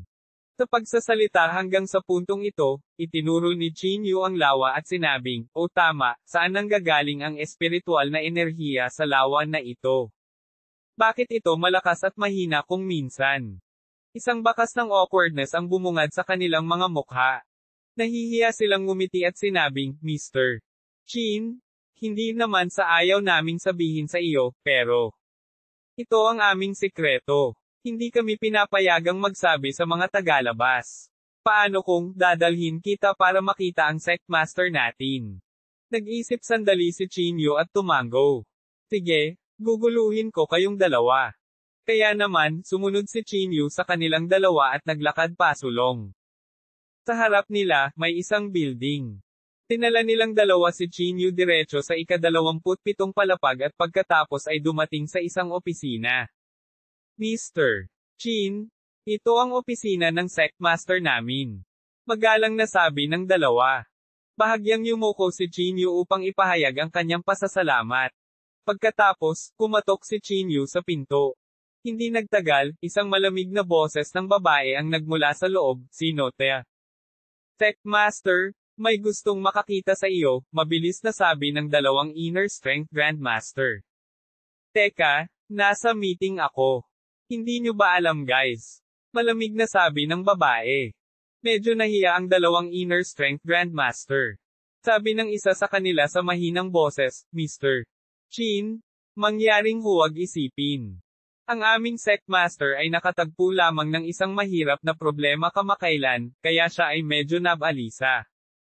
Ayos lang. Nakangiting sabi ni Chinyu. Si Chinyu ay natural na hindi magagalit dahil nakakaistorbo siya sa iba. Pagkatapos niyang maghintay ng halos kalahating oras sa pinto, sa wakas ay binuksan na rin nila ang pinto. Ads by Pop Future. Pagkatapos, nakita nila ang 4 o 5 tao na naglalakad palabas mula sa loob. Ang ikinagulat ni Chinyu ay ang mga taong ito ay lahat ng pinakamataas na inner strength grandmasters. Sa ganoong lakas, tiyak na sila ay mga nangungunang pag-iral sa maliit na lungsod na ito. Pumasok ka. Tapos, narinig niya ang boses ng babaeng iyon. Agad na pumasok si Chinyu sa opisina. Sa isang sulyap, nakita niya ang isang babaeng may malamig na ekspresyon na nakaupo sa harap ng desk ng opisina. Maputi ang balat niya at matalim ang itsura, pero baka sa mukha niya ang pag-aalala. Sino ka? Matapos makita si Chinyu, ang babaeng ito ay hindi maiwasang sumimangot. Bago makapagsalita si Chinyu, ang dalawang tao sa tabi niya ay nagmamadaling nagsabi, Sect Master, siya ang sikat na Chinyu na iyon. Hello? Magalang na sabi ni Chinyu. Gayunpaman, ang babaeng ito ay nginisyan at sinabing, nitong ilang araw, mayroong hindi bababa sa 8 tao na nagsasabing sila ay Chinyu. Sa huli, lahat sila ay sinungaling. Kahit na mayroong maraming mga video ng Chinyu, lahat sila ay kinunan sa panahon ng labanan. Ang napakalakas na internal na chi ang nagpalakas ng loob ng cameraman na sumulong. Ang mukha ni Chinyu ay hindi malinaw na makita sa mga video. Isang malabong figure lamang ang makikita. Nang marinig ni Chinyu ang mga salitang ito, natigilan siya. Medyo awkward niyang sinabi, may nagpapanggap na ako. Para sa anong layunin? Sa tingin mo talaga ikaw si Chinyu? Malamig na sabi ng babae. Sino ang hindi nakakaalam na si Chinyu ay kasalukuyang nasa Divine Alchemist Pavilion? Kahit na wala siya sa Divine Alchemist Pavilion, lalabas siya sa Jingdo. Bakit siya pupunta sa maliit na Jade City? Malamig na sabi ng babae. Walang magawang paliwanag ni Chinyu, ako talaga si Chinyu. Kakaalis ko lang sa Divine Alchemist Pavilion. Ang dahilan kung bakit ako nandito ay dahil sa lawa sa pasukan. Magsasalita pa sana ang babae, may biglang pumasok na lalaki mula sa labas. Mga ad ng Pop Future. Xinyu? Nandito si Chinyu, sabi ng lalaki. Agad na napangiti si Xinyu. Narinig mo ba yon? Isa pang Chinyu ang narito. Papasukin mo siya. Isang pahiwatig ng amusement ang lumitaw sa mukha ni Chinyu. Nakahanap siya ng lugar na mauupuan at tahimik na naghintay sa pagdating ni Chinyu. Hindi nagtagal, pumasok ang isang gwapong lalaki. Walang pakialam na sinabi ng lalaki, Sect Master Zin, tama ba? Nabalitaan ko na nakaranas ka ng ilang mga paghihirap kamakailan. Walang ekspresyong sinabi ni Xinyu, ikaw si Chinyu. Tama na yan. Ako si Chinyu. Walang pakialam na sabi ng lalaki. Gumisi si Xinyu. Kung gayon bakit wala ka sa Divine Alchemist Pavilion? Anong ginagawa mo sa Jade City? Tumawa ang impostor at sinabing, narinig ko na si Sect Master Zin ay nakaranas ng ilang mga paghihirap. Kung sino ang makakatulong sa iyo na malutas ang mga ito ay makakakuha ng 100 milyon at magkaroon ng magandang gabi sa iyo. Huminto ang impostor at nagpatuloy, syempre, napadaan lang ako dito. Hindi ako nagpunta dito para lang dito. Walang ekspresyon sa mukha si Xinyu. Malamig lang niyang sinabi, paano mo mapapatunayan na ikaw si Chinyu? Walang ibang sinabi ang impostor. Ang kanyang katawan ay nanginginig, at ang mga sinag ng gininto ang liwanag ay agad na lumabas sa kanyang katawan. Nang makita ang gininto ang liwanag, hindi maiwasan ni Chinyu na medyo nagulat. Ito ay Adman magandang imitasyon. Golden Internal Chi. Nang makita ito, hindi maiwasan ng lahat na magulat. Naglalabas si Chinyu ng gintong liwanag kapag lumaban siya. Mukhang siya talaga si Chinyu. Maging si Xinyu ay nagpakita ng bakas ng pagkagulat sa kanyang mukha. Ikaw ba talaga si Chinyu? Agad na tumayo si Xinyu at nagtatakang nagtanong. Ang impostor ay nagkunwaring hindi nasisiyahan at sinabi, narito ako upang tulungan ka dahil sa kabaitan, ngunit talagang nag-alinlangan ka sa akin. Kung ganoon, aalis na ako. Pagkasabi noon ay tumalikod na ang impostor at aalis na sana. Nagbago ang ekspresyon ni Xinyu. Mabilis niyang pinigilan ang impostor at magalang na sinabi, hindi ko sinasadya iyon. Kaya lang napakaraming impostor ngayon. Please don't mind, Mr. Chin. Tumango ang impostor na may kasiyahan. Pagkatapos, tumingin si Xinyu kay Chinyu at malamig na sinabi, maaari ka nang umalis. Hindi mapigilan ni Chinyu na sabihing walang magawa, ang taong ito ay halatang manluloko ng pera at babae. Paano ka maniniwala sa kanya? Anong sabi mo? Ang impostor ay agad na nagalit, at ang gintong liwanag sa kanyang katawan ay bumangon din. Kabanata 548, Gap ng Espiritual na Enerhiya. Bago pa makapagsalita si Chinyu, malamig na sumigaw si Xinyu, umalis ka dito. Walang pakialam si Chinyu. Pumunta siya dito para sa lawa. Dahil hindi sila naniwala sa kanya, maaaring siya na mismo ang pumunta at tuklasin ito. Tumayo si Chinyu at lumabas ng opisina. Isang boses ang nagmula sa likuran, kaya impostor ang lalaking iyon. Akala ko talaga siya si Chinyu. Mukha siyang malilim. Parang hindi siya mabuting tao. Napangiti si Chinyu ng mapait. Hindi niya akalain na magiging ganito kalaki ang katanyagan niya ngayon. May mga impostor pa nga. Siyempre, ito rin ay isang magandang bagay. Ito ay sapat na upang ipakita na ang apela ni Chinyu ay ganap na lampas sa imahinasyon. Muli siyang pumunta sa harapan ng lawa at naramdaman ang mahinang espiritual na enerhiya na nagmumula sa lawa. Para kay Chinyu, ang pinakamahalagang bagay ay ang pagbutihin ang kanyang cultivation sa lalong madaling panahon at pumasok sa Martial Marquee Realm. Kapag nakapasok na ako sa Martial Marquee Realm, talagang pupunta ako sa Jingdu Martial Arts Association ng personal para hilingin siya. Lihim na nagdesisyon si Chinyu. Pagkatapos, naglakad-lakad si Chinyu sa tubig ng lawa at pumunta hanggang sa puwang. Ang lahat ng tubig sa lawa ay umagos sa puwang. Pagtingin niya sa gap, nakita niya ang isang maliit na batis. Tumayo si Chinyu sa tabi ng batis. Yumuko siya at humigop ng tubig sa batis. Ads by Pop Future. Oo naman, ang espiritual na enerhiya ay medyo mas makapal kaysa dati. Tinundan ni Chinyu ang batis hanggang sa lahat. Hindi nagtagal, napagtanto ni Chinyu na may mali. Ang batis ay bilog, at ang tubig nito ay umaagos sa lawa. Sa madaling salita, ito ay isang pool ng stagnant na tubig. Kakaiba. Lumalim ang pagkunot ng noo ni Chinyu. Tumayo siya sa gilid ng lawa at sinabi sa mahinang boses, maaaring nasa ilalim ng tubig ang lihim. Sa pag-iisip nito, agad na tumalon si Chinyu sa lawa.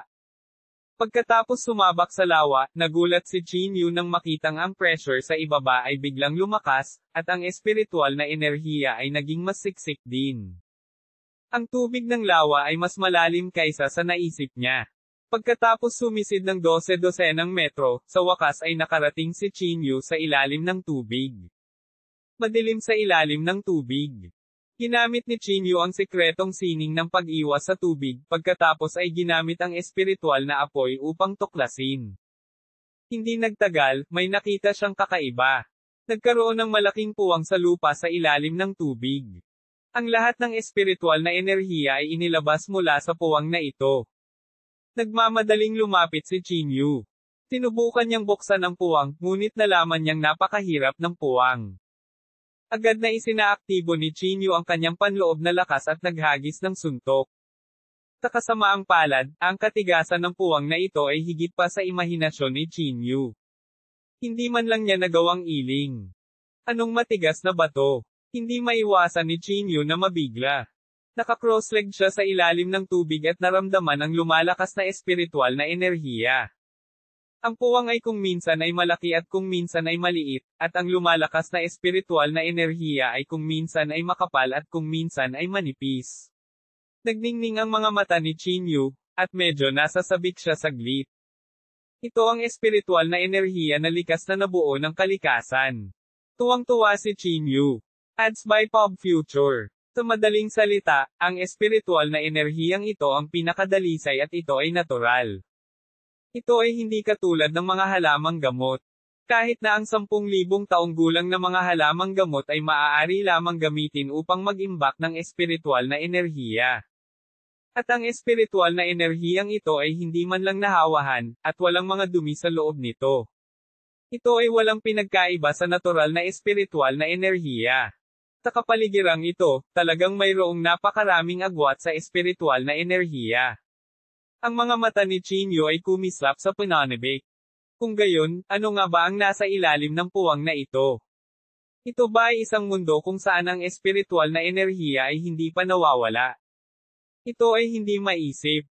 Sa ganoong agwat, ang espiritual na enerhiya ay malamang na walang katapusan. Napaisip si Chinyu sa sarili. Hindi na siya nag-aksaya ng oras at agad na umupo ng naka-crossleg at nagsimulang sumipsip ng espiritual na enerhiya sa ilalim ng tubig.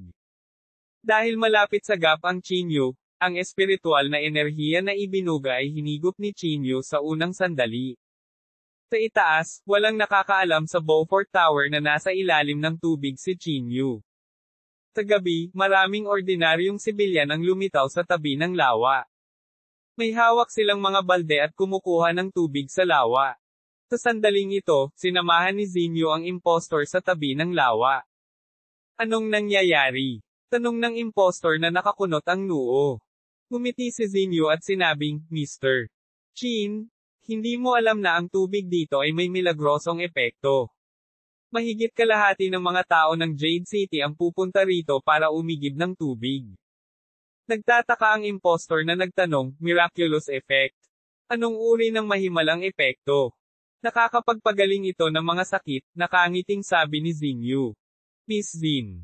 Habang nag-uusap sila, sunod-sunod na bumati kay Zinyu ang mga taong dumating para uminom ng tubig. Nakangiti ring tumugon si Zinyu. Hindi na nagtanong pa ang impostor. Tumingin siya kay Zinyu at nakangiting sinabi, Sect Master Zin, ang mga kondisyon na binanggit mo noon ay totoo lahat, tama ba? Hindi mapigilan ni Zinyu na mamula sa pagbanggit sa paksang ito. She bit her lips and said, Syempre totoo. Hanggat kaya kong panatilihin ang Beaufort Tower, papayag ako. Ads by Pop Future. Natuwa ang impostor at naiinip na sinabi, Sect Master Zin, gabi na. Bakit hindi tayo matulog ng maaga? Kaya maaga. Hindi mapigilan ni Xinyu na makaramdam ng kaunting kahihiyan. Pumalaklak ang impostor at sinabing, inaantok ako ngayon. Tara na. Dahil doon, iniunat ng impostor ang kanyang kamay para hilahin si Xinyu. Bahagyang lumaban si Xinyu, ngunit alang-alang sa Beaufort Tower, mapapangagot lang siya at sumunod sa impostor. Techmaster Xin, may nangyaring masama. Sa sandaling ito, may ilang tao ang tumakbo. Sumimangot si Xinyu at sinabing, ano ang problema? Bakit ka ba naguguluhan? Wang. Nandito na si Wang Xiong at ang iba pa. Nang marinig niya ang pangalang Wang Xiong, agad na naging pangit ang ekspresyon ni Xinyu. Sa nakalipas na ilang araw, nagustuhan ni Wang Xiong ang Beaufort Tower at pinilit si Xinyu na ibigay ito ng maraming beses. Si Wang Xiong ay isang malupit sa lugar na ito at nagtataglay ng napakalaking kapangyarihan. Higit sa lahat, may suporta siya sa Saint Confucian Sect. Si Xinyu ay isang babae, kaya hindi siya kapares kay Wang Xiong. Sinubukan niyang humingi ng tulong sa maraming tao, ngunit nang marinig nila ang pangalan ni Wang Xiong, tumanggi silang lahat. Sa desperasyon, naisip ni Xinyu si Qinyu. Sa kanyang opinyon, marahil si Qinyu lang ang hindi natatakot sa Saint Confucian Sect sa likod ni Wang Xiong. Huwag kang mag-alala, nandito si Mr. Qin. Kung dumating si Wang Xiong, tiyak na mamamatay siya. May nagsalita sa gilid. Tumingin din si Xinyu sa impostor at sinabi sa mahinang boses, Mr. Qin, pakiusap. Nagdilim ang ekspresyon ng impostor at hindi niya maiwasang magmura sa loob, di man it, di ba sabi nila bukas pa siya pupunta? Bakit ang aga niya dito? Bagamat naisip niya, hindi siya maaaring umatras ngayon. Ang impostor ay maaari lamang subukang magtanong, ano ang cultivation base ni Wang Xiong? Kinagat ni Xinyu ang kanyang mga labi at sinabi sa mahinang boses, siya ay isang half-step martial marquis na dating kabilang sa Saint Confucian Sect. Nang marinig niya ang mga salitang half-step martial marquis, nagdilim ang ekspresyon ng impostor. Ang isang half-step martial marquis ay walang iba kundi kalokohan. Wala siya sa harap ni Mr. Qin. Sigaw ng katabi niya. Pagkasabi noon ay tumingin siya sa impostor at nakangiting sinabi, Mr. Qin, hindi ka ba pumapayag? Nagmura ang impostor sa loob habang iniisip kung paano makakatakas. Ang isang half-step martial marquis ay walang iba kundi kalokohan. Sinong nagsasalita ng kalokohan? Gayunpaman, sa oras na ito, ang boses ni Wang Xiong ay nagmula sa hindi kalayuan. Kabanata 549, Katahimikan. Isang matipunong lalaki ang naglalakad na may malalaking hakbang. May 4 hanggang 5 pang tao sa tabi niya, at bawat isa sa kanila ay isang inner strength grandmaster. Nagbago ang ekspresyon ng impersonator, at agad niyang nalaman na hindi maganda ang mga bagay. Hindi niya inaasahan na nagkamali siya ng kalkula. Si Wang Xiong ay talagang dumating isang araw ng mas maaga. Inilibot ni Wang Xiong ang kanyang tingin sa karamihan, at saglit, walang nang ahas na magsalita. Pagkatapos, dama po ang kanyang tingin kay Xinyu.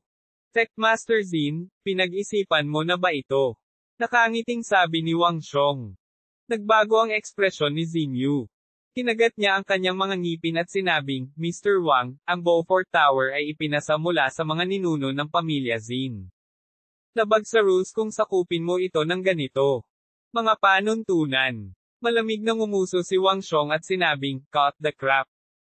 Sinasabi ko sa iyo, tiyak na kukunin ko ang Beaufort Tower. At sinasabi ko sa iyo, hindi ito ang aking ideya, ngunit isang utos mula sa Saint Confucian Sect. Nang marinig nila ang mga salitang Saint Confucian Sect, muling nagbago ang ekspresyon ng lahat. Ang Saint Confucian Sect ay ang numero 1 sekta sa Hilaga, kaya bakit nila papansinin ang lugar na ito? Techmaster Xin, tinalakay ko ito sa iyo dahil maganda ka, nakangiting sabi ni Wang Xiong. Paano ito? Maaari kang maging babae, at ipinapangako kung bibigyan kita ng marangyang buhay. Ads by Pop Future. Kinagat ni Xinyu ang kanyang mga ngipin, at ang kanyang ekspresyon ay sobrang pangit. Tumingin si Wang Xiong kay Xinyu ng masama at halos maglalaway na siya. Si Xinyu ay nakasuot ng itim na miniskirt na may v-neck shirt, na perpektong nakabalangka sa kanyang figure. At si Xinyu ay isang sikat na kagandahan sa Jade City, at kilala bilang numero 1 kagandahan sa Jade City.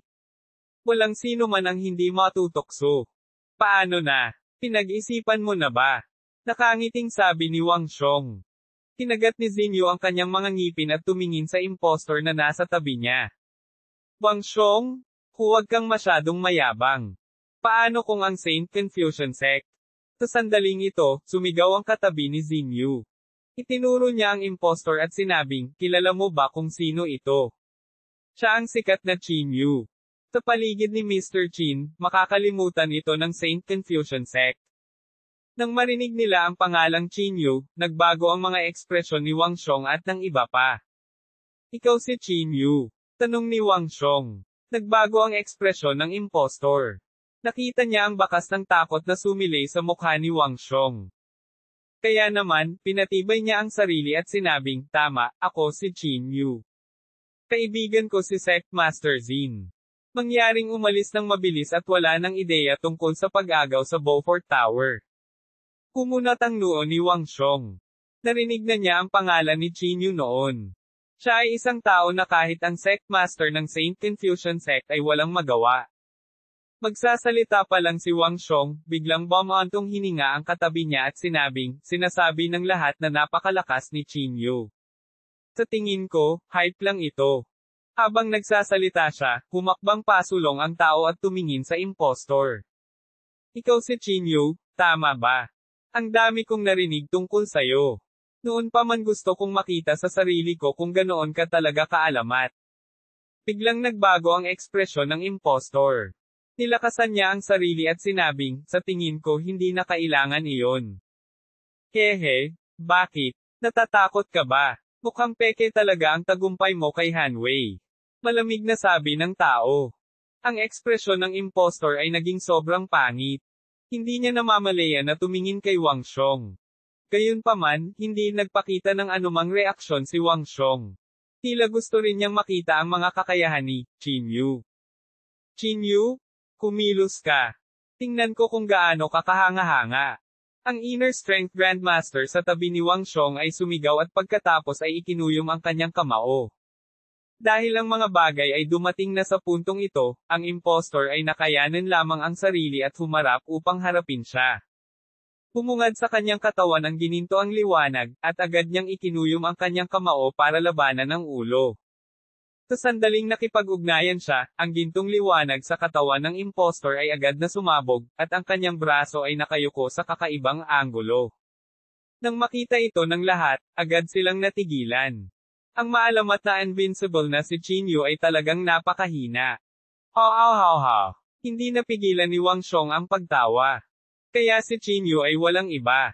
Hindi niya matatalo ang isang Inner Strength Grandmaster. Si Xinyu at ang mga ekspresyon ng iba ay lalong naging pangit. Hindi ba nila sinabi na si Qin Yu ay isang half-step martial marquis?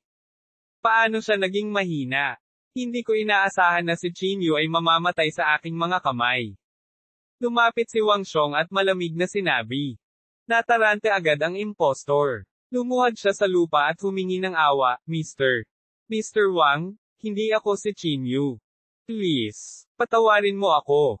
Hindi ikaw si Qin Yu. Agad na kumunat ang noo ni Xinyu. Dahil ang mga bagay ay dumating sa ganito, ang impostor ay hindi na nang ahas na magsinungaling. Nilakasan niya ang sarili at sinabing, ako. Sinabi ko na ako si Qin Yu dahil nagnanasa ako sa kagandahan ni Xinyu.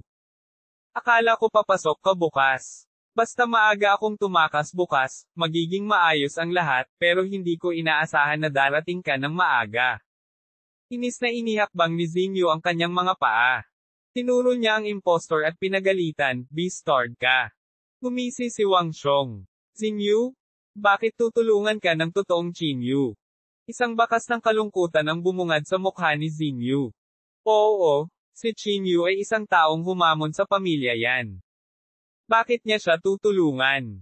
Sa sandaling ito, biglang iniunat ni Wang Xiong ang kanyang palad, at nabasag ng sinag ng liwanag ang ulo ng impostor. Ang biglaang pagbabago ng mga pangyayari ay agad na natakot kay Xinyu at sa iba pa kaya namutla ang kanilang mga mukha. Tech Master Zin, mas mabuting sundin mo ako, sabi ni Wang Xiong na may masamang tingin. Mr. Wang, huwag mong kalimutan ang sinabi sa iyo ng mga nakatataas, may nagpaalala sa kanya sa sandaling ito. Kumunat ang noo ni Wang Xiong at sumulyap kay Xinyu nang hindi sinasadya. Pagkatapos, sinabi niya, Sect Master Zin, hintayin mo ako nang masunurin. Babalik ako para mag-dote sa'yo pagkatapos ko. Mapatla ang ekspresyon ni Xinyu, ngunit hindi siya nang ahas na magsabi ng kahit ano. Pagkatapos, tumingin si Wang Xiong sa lawa sa harap niya. Tiyak na pinag-uusapan ng Saint Confucian Sect ang lugar na ito, sabi ni Wang Xiong sa malalim na boses. Oo, may misteryong nakatago sa lawa na ito. Balak ng Saint Confucian Sect na magtatag ng pangalawang sekta dito, sabi ng katabi niya. Hindi na nagsalita pa si Wang Xiong at ang iba pa. Agad silang tumalon sa lawa. Sa ibaba nila, si Qin Yu ay nakaupo sa puwang habang sinisipsip ang espiritual na enerhiyang inilabas mula sa puwang. Sa sandaling ito, bigla siyang nakaramdam ng pabago-bagong alon na parang may papalapit sa kanya. Sino ito? Bahagyang binuksan ni Qin Yu ang kanyang mga mata at tumangala. Nakita niya ang apat na figure na mabilis na tumatakbo papunta sa kanya. Dahan-dahang tumayo si Qin Yu at tahimik na tumingin sa mga taong ito. Kumunat ang noo niya at nagtanong, sino kayo? Lalong natulala si Wang Xiong. Agad siyang sumimangot, sino ka?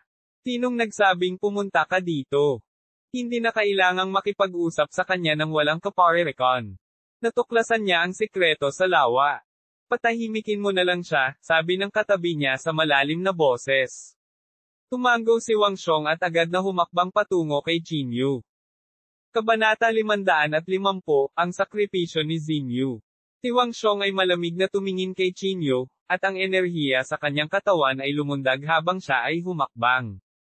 Sa itaas, si Xinyu at ang iba ay mukhang labis na kinakabahan. Tech Master Zin, umalis na tayo bago pa dumating si Wang Xiong, payo ng isang katabi nila. Oo, huli na kung hihintayin natin si Wang Xiong na dumating.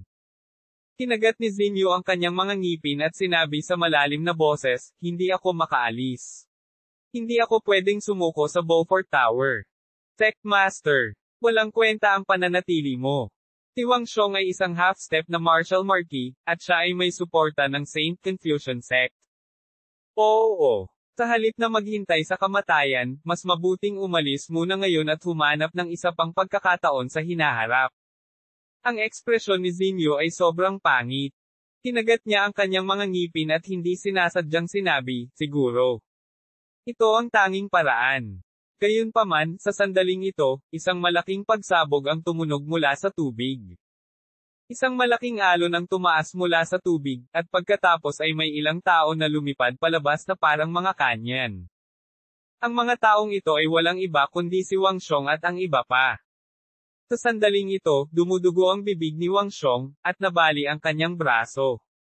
Mukha siyang miserable. Ano? Anong nangyayari? Napatulala si Xinyu. Walang sinabi si Wang Xiong. Nagmamadali siyang bumangon sa lupa at tinitigan ang lawa. Ilang sandali pa, isang gintong ilaw ang lumiwanag. Dahan-dahang lumabas si Qin Yu sa lawa. Ikaw pala. Natigilan si Xinyu nang makita niya si Qin Yu. Sumulyap si Qin Yu kay Xinyu, pagkatapos ay itinuro si Wang Xiong at sinabing, siya ay taga Beaufort Tower. What the h-le? Gusto niya akong awayin. Sa puntong ito, bumulong si Qin Yu, napilitan akong lumaban at ito ay sa pagtatanggol sa sarili. Tech Master Zin, huwag mo akong sisihin. Hindi napigilan ni Xinyu na malunok. Si Wang Xiong, pinalipad ni Qin Yu. Pagkatapos ng lahat, si Wang Xiong ay isang half-step martial marquis. Sir, wala akong pakialam kung sino ka. Narito kami upang protektahan ang lawa na ito sa utos ng Saint Confucian Sect. I hope you mind your own business, malamig na sabi ng katabi ni Wang Xiong. Pinaikit ni Qin Yu ang kanyang mga mata at nginisyan. Kaya kayong mga taga Saint Confucian Sect, tila ang Saint Confucian Sect ay nakatutok din sa lugar na ito. Nakakasakit talaga ng ulo ko. Dahil alam mo ang tungkol sa Saint Confucian Sect, mangyaring umalis ka agad. Tiyak na may utang na loob sa iyo ang Saint Confucian Sect. Nagpatuloy ang tao. Nang marinig ito ni Chinyu, hindi niya maiwasang mapangiti. Kung hindi mo sinabi sa akin ang pangalan ng Saint Confucian Sect, baka nailigtas kita. Pero ngayon, sayang naman. Bago natapos ni Chinyu ang kanyang mga salita, biglang nawala si Chinyu. Sa sumunod na segundo, sinampal siya ni Chinyu. Sa isang sampal lang, sumabog ang ulo ng Inner Strength Grandmaster na iyon. Malakas na bumagsak ang kanyang bangkay sa lupa. Bago pa makapag-react ang mga tao, muling sumalakay si Chinyu. Sa isang kisap mata, ang mga Inner Strength Grandmaster na iyon ay naging malamig na mga bangkay. Natigilan ang lahat. Pagpatay ng Inner Strength Grandmaster sa isang sampal. Anong klaseng lakas yun? Iyon na. Tumingin si Chinyu kay Wang Xiong. Napakapangit ng ekspresyon ni Wang Xiong habang sumisigaw, "Brat, sino ka?" Chinyu. Malamig na naglabas ng dalawang salita si Chinyu. Chinyu. Bakit may ibang Chinyu? Galit na galit si Wang Xiong. Tila natauhan si Xinyu. Siya ay sumugod at nag-aalalang sinabi, "Mr. Qin, kanina lang ako bulag." "Mr. Qin, mangyaring tulungan akong itaboy siya." Sumulyap si Chinyu kay Xinyu at sinabing, "Wala kang kinalaman sa pagpatay ko sa kanya." Ito ay dahil minsan kong sinabi na hindi ko hahayaan ang sinuman mula sa Saint Confucian Sect na umalis. Si Wang Xiong ay medyo natakot, ngunit siya ay isang kalahating hakbang na martial marquee kung tutuusin. Hindi lang siya uupo at hihintayin ang kanyang kamatayan. Lumakas ang enerhiya ni Wang Xiong, at nagsimulang lumaki ang kanyang katawan. Ang kanyang mga kalamnan ay agad na lumaki ng maraming beses, at sa isang kisap mata, ang kanyang damit ay pumutok. "Chinyu, masyadong malayo ang mararating mo. Sa tingin mo ba ako, si Wang Xiong, ay madaling mabuli?" Pilit na umungol si Wang Xiong at agad na sumugod kay Chinyu. Ang kanyang kamao ay halos kasing laki ng ulo ni Chinyu, at ang nakakatakot na hangin ay nagpapataas pa ng mga alon sa kanyang likuran. "Pumunta ka sa Hle." Pilit na umungol si Wang Xiong. Gumuso si Chinyu, itinaas ang kanyang palad, at hinarap siya. Snap! Ang malaking kamao ni Wang Xiong ay talagang hawak sa kamay ni Chinyu. Ang mas nakakatakot ay ang buong lakas ni Wang Xiong ay nagpupumiglas, ngunit hindi siya makawala. Hindi ko talaga inaasahan na ang Saint Confucian Sect ay talagang target ang lugar na ito. Ang malamig na boses ni Chinyu ay tumunog sa tainga ni Wang Xiong. Napalunok si Wang Xiong. Sa sandaling ito, napagtanto niya kung gaano kalaki ang pagitan nila ni Chinyu. "Huwag. Huwag mo akong patayin," sabi ni Wang Xiong sa nanginginig na boses. Umiling si Chinyu at sinabing, "I'm sorry, I'm a man of my word." Bago niya natapos ang kanyang mga salita, biglang nagpuwersa ang palad ni Chinyu at nadurog ang kamao ni Wang Xiong. Sa susunod na segundo, ang kamao ni Chinyu ay kumislap ng gintong liwanag at biglang dumurog kay Wang Xiong. Ang suntok na ito ay tumagos sa katawan ni Wang Xiong. Ibinaba ni Wang Xiong ang kanyang ulo at tumingin sa kanyang dibdib. Puno ng takot ang kanyang mga mata. "Half-step martial marquee, tama ba? Isa kang mahusay na gamot na pampalakas. Hindi ko pwedeng sayangin ito." Itinaas ni Chinyu ang kanyang kamay at i-activate ang Heaven Swallow ang technique. Sa isang iglap, ang napakalakas na si Wang Xiong ay naging isang tuyong bangkay. Natahimik ang paligid nila. Si Xinyu, ang kanyang mukha na puno ng pagkabigla, ay tinakpan ang kanyang bibig. Salamat, Mr. Qin." Nag-react si Xinyu at nagmamadaling sinabi. "Salamat, Mr. Qin." Nagsigawan din yung iba. Sumulyap si Chinyu sa kanya at sinabing, "Sabi ko sa iyo, hindi bagay sa iyo na pinatay ko siya. Bakit ka nagpapasalamat sa akin?" Sinabi ni Xinyu sa mahinang boses, "Kahit na ano, pinuprotektahan mo pa rin ang Beaufort Tower. Talagang tatandaan ko ang pabor na ito. Kahit ano." Ikinaway ni Chinyu ang kanyang kamay. "Mr. Qin, pakiusap. Pumasok ka." Ikinulong ni Xinyu ang kanyang mga kamay at sinabi. Tinundan niya si Xinyu sa guest room. "Maaari kayong lumabas muna." Ikinaway ni Xinyu ang kanyang kamay at pinaalis ang lahat. Pagkalabas ng lahat, nilock ni Xinyu ang pinto. Pagkatapos, tumingin siya kay Chinyu at sinabi sa mahinang boses, Mr. Chin, nangako ako na hanggat may tumulong sa akin na malutas ang problemang ito, magpapalipas ako ng isang gabi kasama ang taong iyon. Habang nagsasalita siya, hinubad na ni Xinyu ang kanyang itim na maikling palda.